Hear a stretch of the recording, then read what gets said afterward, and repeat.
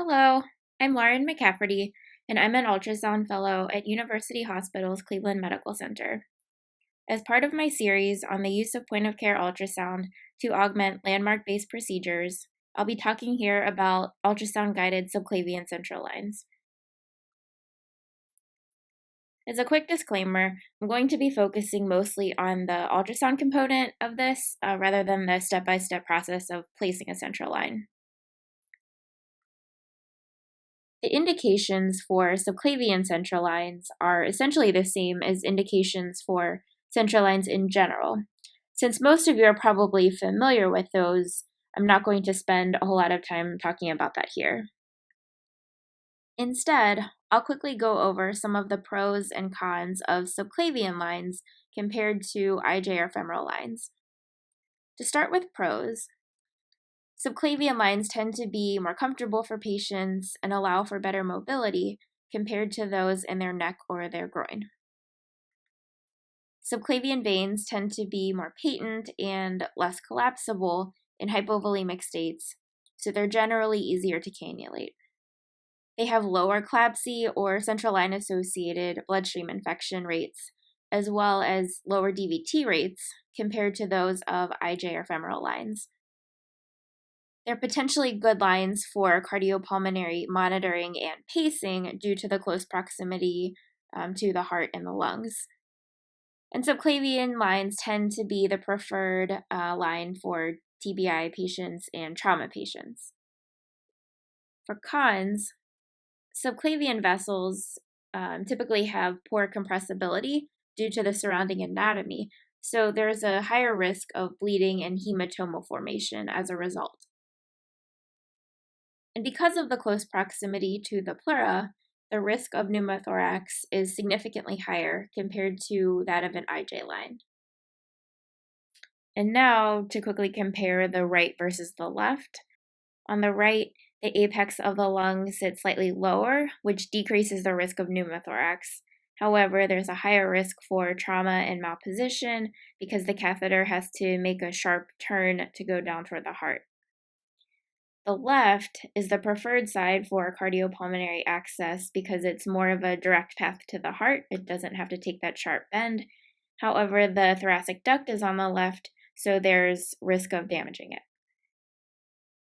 As you probably all know, subclavian lines are generally placed by a landmark-based approach. People have been doing it that way for years with good success, and only recently has ultrasound guidance emerged as even a possible technique for doing this. So why do we use ultrasound? This was a systematic review and meta-analysis from 2015 comparing ultrasound-guided versus a landmark-based approach for subclavian lines. The final analysis included a total of 10 studies with over 2,100 subjects, and it included both static and dynamic guidance. They found that the use of ultrasound resulted in reduced complication rates. More specifically, this included pneumothorax, arterial puncture, and hematomas. And their analysis also, like I mentioned, looked at both static and dynamic guidance, and they found that dynamic guidance was associated with a significant reduction in failed catheterization compared to the landmark-based approach. So overall, the evidence is favoring the use of ultrasound guidance for subclavians. For general technique, I'll quickly show you the different approaches. So for the landmark-based approach, you generally find the bend in the clavicle and use that as your starting point. For ultrasound, there's two different approaches. The first is the infraclavicular approach, which is below the clavicle and more lateral on the chest, and the superclavicular, which is more medial and above the clavicle. And I'll go into more detail in the coming slides. I'll start with the infraclavicular approach. So as I just mentioned, and as the name suggests, this is below the clavicle and more lateral. It's actually the axillary vein at this point, as once the subclavian vein courses below the clavicle as it's moving laterally, it changes name from the subclavian to the axillary vein. It's the same vein, just a change in name. You can look at this in short or long axis, and remember that this is relative to the vessel, not the patient's body. I'll talk about the short axis first, which is here. So you can see the clavicle on the left side of the screen. It's a slight hyperechoic rim with clear posterior shadowing behind it. So that's your clavicle, and then the subclavian vessels are to the right of that. So the artery is on the left and the vein is on the right. To be sure, you want to confirm with either color or pulse wave Doppler. So this is color Doppler, and you're looking for a pulsatile appearance of the color Doppler in the artery, whereas the vein has more of a constant flow, as demonstrated here. Once you confirm vein versus artery, you want to assess the distance to the pleura so that you know how far beyond the vessel you could go if you accidentally backwall it until you hit the lung. So here's the pleural line. It's a bright white shiny line. And as you can see, the distance between the vein and the pleural line is less than a centimeter. So you really don't have a whole lot of room to work with. This is what it looks like in a long axis view, which is, again, the long axis relative to the vessel, not the patient. You can see that subtle fanning will go from artery here to vein here. They're very close to each other. So you really want to differentiate artery versus vein and get them clearly displayed on the screen. The vein is slightly anterior and inferior to the artery, so just direct your probe in that direction. And another option aside from color Doppler is pulse wave Doppler. So you want to place the gate within the lumen of the vessel. And if it's a vein, this is what you should see. Whereas this is what it will look like for an artery. And again, you want to assess the distance to the pleura, which you can see about less than a centimeter below the vessels. Your needle entry site will be based on ultrasound findings, and you can take an in-plane or out-of-plane approach. This example shows an in-plane approach, where you have the needle coming in from the side of the probe, from lateral to medial. You want to make sure that your needle is lined up exactly with the probe, or else you will lose sight of the needle.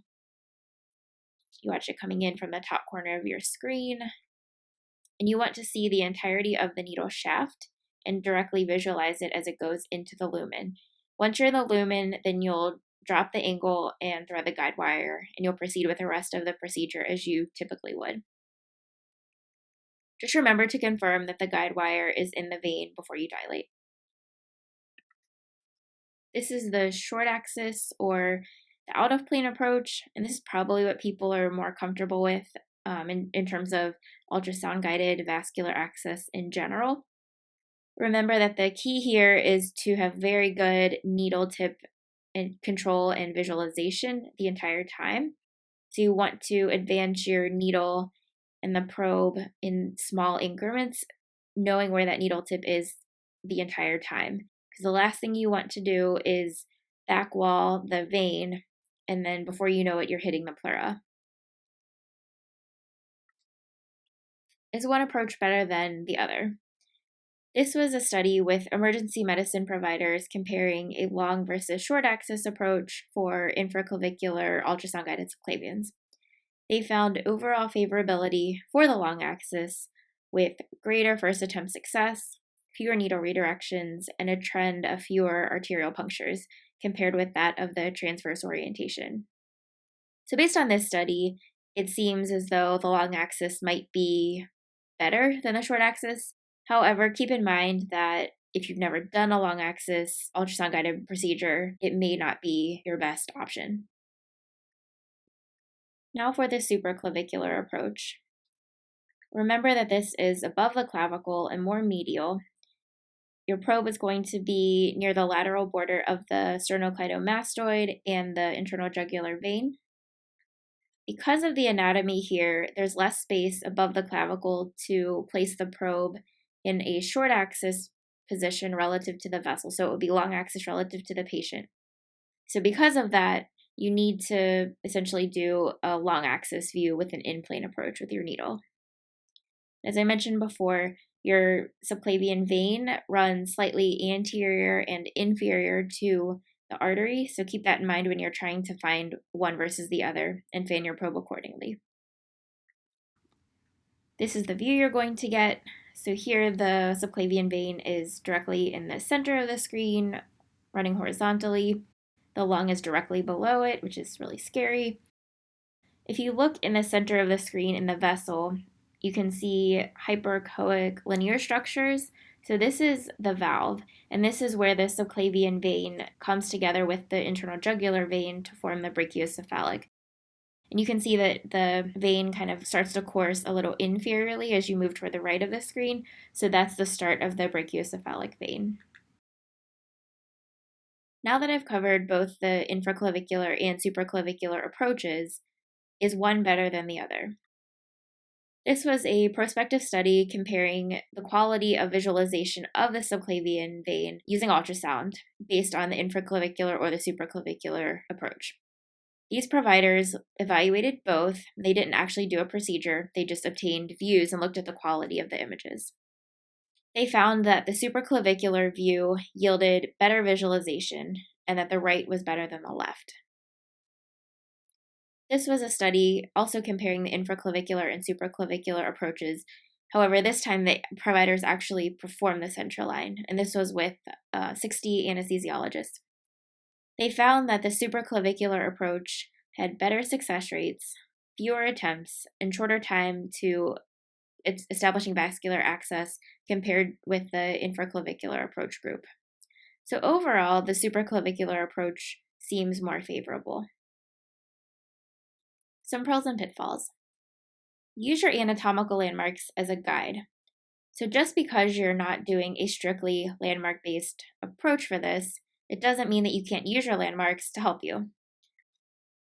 For example, if you're having trouble finding your subclavian vessels, whether it's above or below the clavicle, remember that they course under the clavicle, and that's where they become the axillary vein. So use your clavicle as your starting point.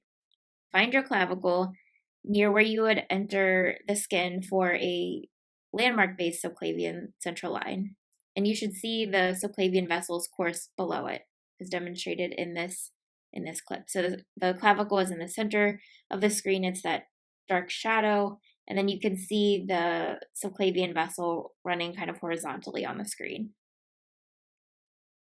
Evaluate the vasculature with ultrasound before you prep the patient, let alone decide which side you're going to go on.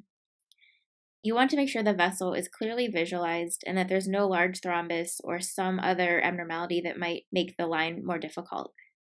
It's suboptimal to get completely sterile and prepped only to find out that the vein that you're hoping to cannulate is occluded or poorly visualized, whereas the other side that's not sterile or draped looks great.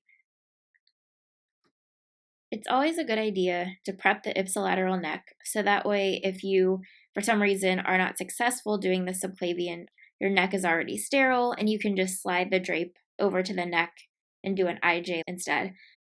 That way you don't have to open up a new central line kit and redrape.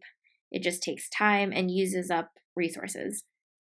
It's also a good idea to evaluate the IJ after you do a subclavian line to make sure that the guide wire didn't go up the IJ but went down into the brachiocephalic vein instead, like it's supposed to. Use bone to your advantage. If you angle your probe a certain way so that the rib is directly beneath the vein, if you accidentally backwall the vein with your needle, the bone is going to be there as your buffer and prevent you from hitting the pleura. And finally, know your limitations. As with most things with ultrasound, it's operator dependent. If you don't know what you're supposed to be seeing, ultrasound is probably not going to help you place these subclavian lines. It may actually cause more harm than good. Also, if you don't know how to do an in-plane approach or you've never really done it with an actual needle, it's probably not the best idea for this to be your first attempt, since it's fairly high stakes compared to something like a peripheral IV. And for some take-home points. Know the pros and cons of subclavians as well as laterality.